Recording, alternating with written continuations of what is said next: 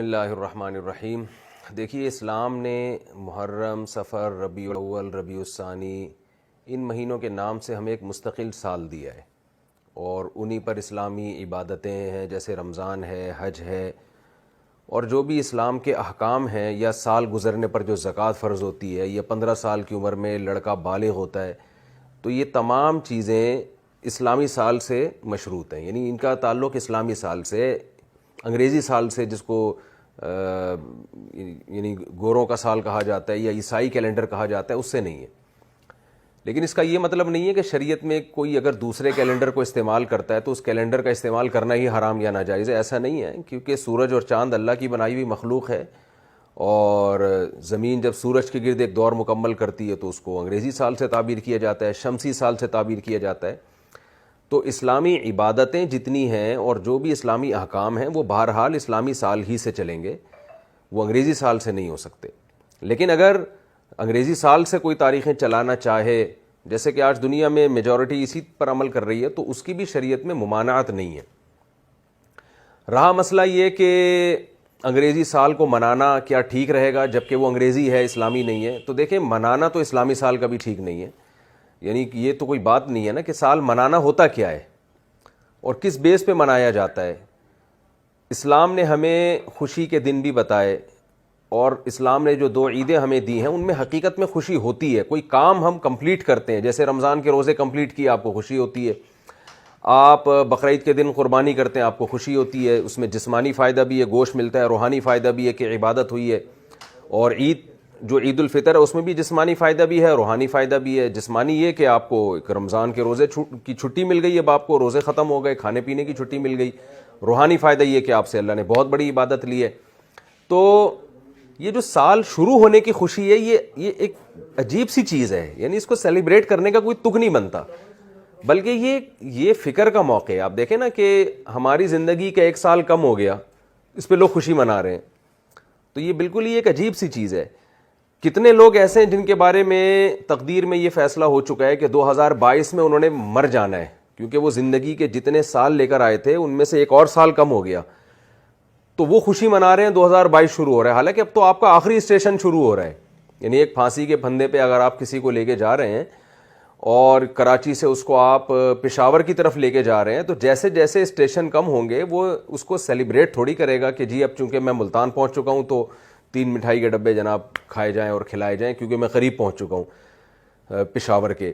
تو بھائی وہاں پھانسی کے پھندے پہ اس کو چڑھایا جانا ہے۔ تو جیسے جیسے ہمارا ٹائم گزرتا ہے، سال گزرتے ہیں، دن گزرتے ہیں، ہماری زندگی کے ایام کم ہو رہے ہیں، تو اس کو چاہے وہ اسلامی سال ہو چاہے وہ انگریزی سال ہو، اس کو سیلیبریٹ کرنے کا کوئی تک نہیں بنتا، یہ اللاجیکل کام ہے۔ ہاں، یہ اس طور پہ اس کو منانا کہ ہم ایک نیا عزم کریں، ایک نیا جوش پیدا کریں اپنے اندر کہ ہماری زندگی کے ایام میں 1 اور سال ختم ہو گیا، تو جو پچھلے سال ہم سے کوتاہیاں ہوئی ہیں ہم یہ عزم کریں کہ آئندہ سال نہیں کریں گے، اور جو پچھلے سال ہم سے اچھے کام ہوئے ہیں ان پہ اللہ کا شکر ادا کریں کہ آئندہ ان کو اور ہم نے کنٹینیو کرنا ہے۔ تو اس طرح سے اگر منانے کا اس طرح کا کوئی تصور ہے، پھر تو چاہے اسلامی ہو چاہے انگریزی ہو ضرور منانا چاہیے، لیکن جس طرح سے آج کل منایا جا رہا ہے یہ بالکل ایک اللاجیکل کام ہے، نہ اس کو شریعت اس کو اپریشیٹ کرے گی اور نہ عقل اس کی حوصلہ افزائی کرتی ہے۔ اچھا، ایک اور سوال ہمارے ذہن میں آتا ہے کہ نئے سال کی مناسبت سے عمارتوں پر اور گھروں پر چراغاں کیا جاتا ہے۔ آج کل تو LED لائٹس وغیرہ کا استعمال کیا جاتا ہے اور روشنی کو زندگی کی علامت سمجھا جاتا ہے، لیکن پہلے زمانے میں لوگ دیے اور مختلف طریقوں سے جہاں پر آگ کا استعمال بھی ہوتا تھا۔ آج بھی کئی لوگوں نے یہ سوال آپ کے لیے بھیجا ہے، کیا اس سے کوئی ہمارا اپنا جو اسلامی تشخص ہے اس کو تو کوئی نقصان نہیں پہنچتا اگر ہم اس طرح سجاوٹ کرتے ہیں، چراغا کرتے ہیں؟ کیونکہ کئی لوگ یہ سمجھتے ہیں کہ یہ دیے جلانا، چراغا کرنا شاید یہ ان کا طریقہ ہے جو آگ کی پوجا کرتے ہیں۔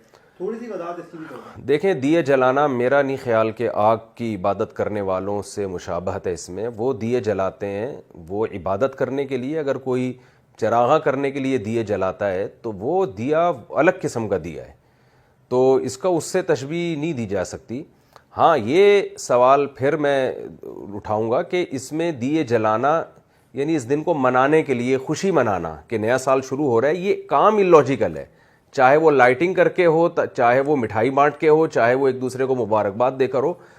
تو یہ چیز اس میں یعنی دیکھنے کے لائق ہے کہ آپ ایک اللاجیکل کام کیوں کر رہے ہیں. نئے سال کی آپ کو کس بات کی خوشی ہو رہی ہے کہ یعنی آپ کو اس بات کی خوشی ہو رہی ہے کہ پرانا سال گزر گیا, تو جو چیز گزر گئی وہ تو اچھا گزرے برا گزرے اس کا تو وہ تو کہتے ہیں نا گزر گئی گزران کیا جھونپڑی کیا میدان. ہمیں اگر فیوچر کا پتہ چل جائے نا کہ اگلا سال بھی ہمارا عافیت سے گزرے گا پھر تو ہم خوش ہوں.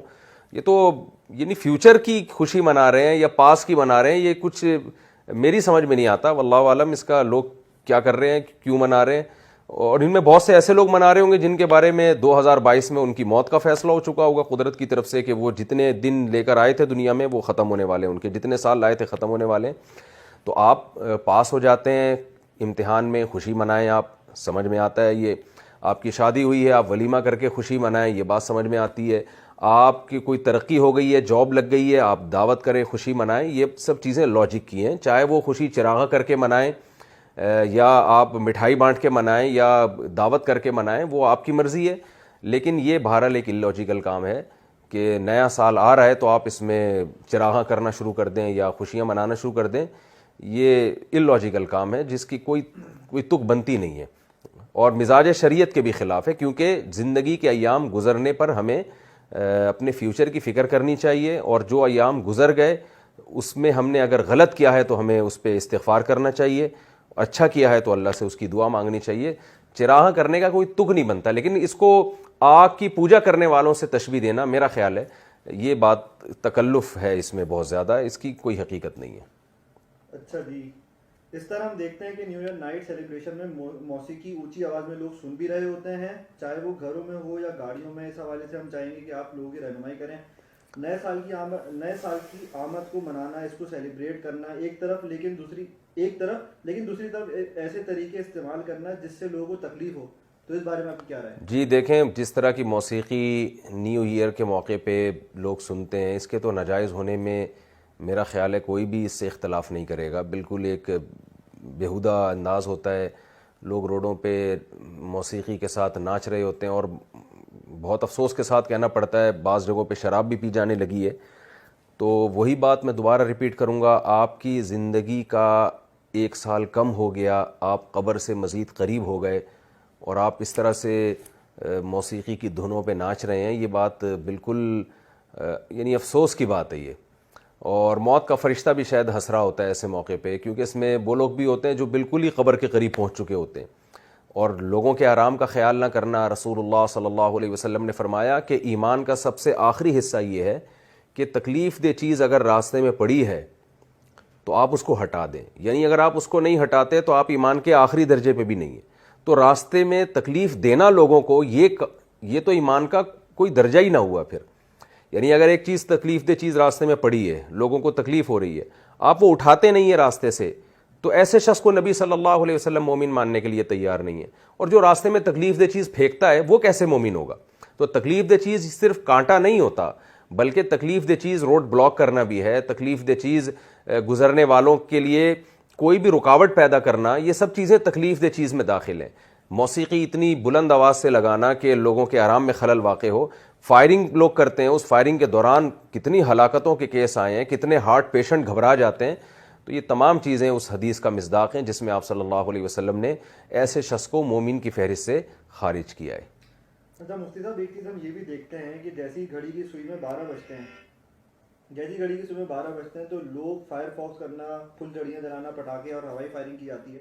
تو اس حوالے سے لوگوں کی رہنمائی فرمائیں, یہ بھی آج کل بہت ہوتا ہے. یہ میں نے ابھی جو آپ نے سوال پوچھا نا اس کے جواب میں اس کا بھی تذکرہ آ گیا کہ آتش بازی تو شریعت میں ویسے ہی پسندیدہ کام نہیں ہے اور پھلجھڑیاں اور اللاجیکل کام ہے, کوئی خوشی کا موقع ہے نہیں, آپ خوش ہو رہے ہیں خامخواہ میں. تو اور اس میں جو کمزور دل لوگ ہیں وہ واقعی بہت پریشان ہوتے ہیں, بچے بعض دفعہ ڈر جاتے ہیں, ہم نے خود دیکھا ہے یہ سب چیزیں. اور ہوائی فائرنگ سے لوگوں کی جانیں بھی گئی ہیں, نقصانات بھی ہوئے ہیں, اور بہت سا غیر قانونی اسلحہ ہوتا ہے جو لوگ اس دن چیک کر رہے ہوتے ہیں, دہشت گرد اپنے اسلحوں کو چیک کر رہے ہوتے ہیں کہ ہماری گن صحیح چلتی بھی ہے کہ نہیں چلتی. عام دنوں میں تو آپ جب فائر کرتے ہیں فوراً پولیس پہنچ جاتی ہے, جب یہاں سبھی فائر کر رہے ہوتے ہیں پولیس کس کس کو جا کے پکڑے گی؟ تو یہ سب چیزیں اگر کوئی بھی, میں سمجھتا ہوں کسی بھی عقل مند کو بٹھا کے مشورہ لیا جائے تو کوئی بھی اس عمل کو اپریشیٹ نہیں کرے گا.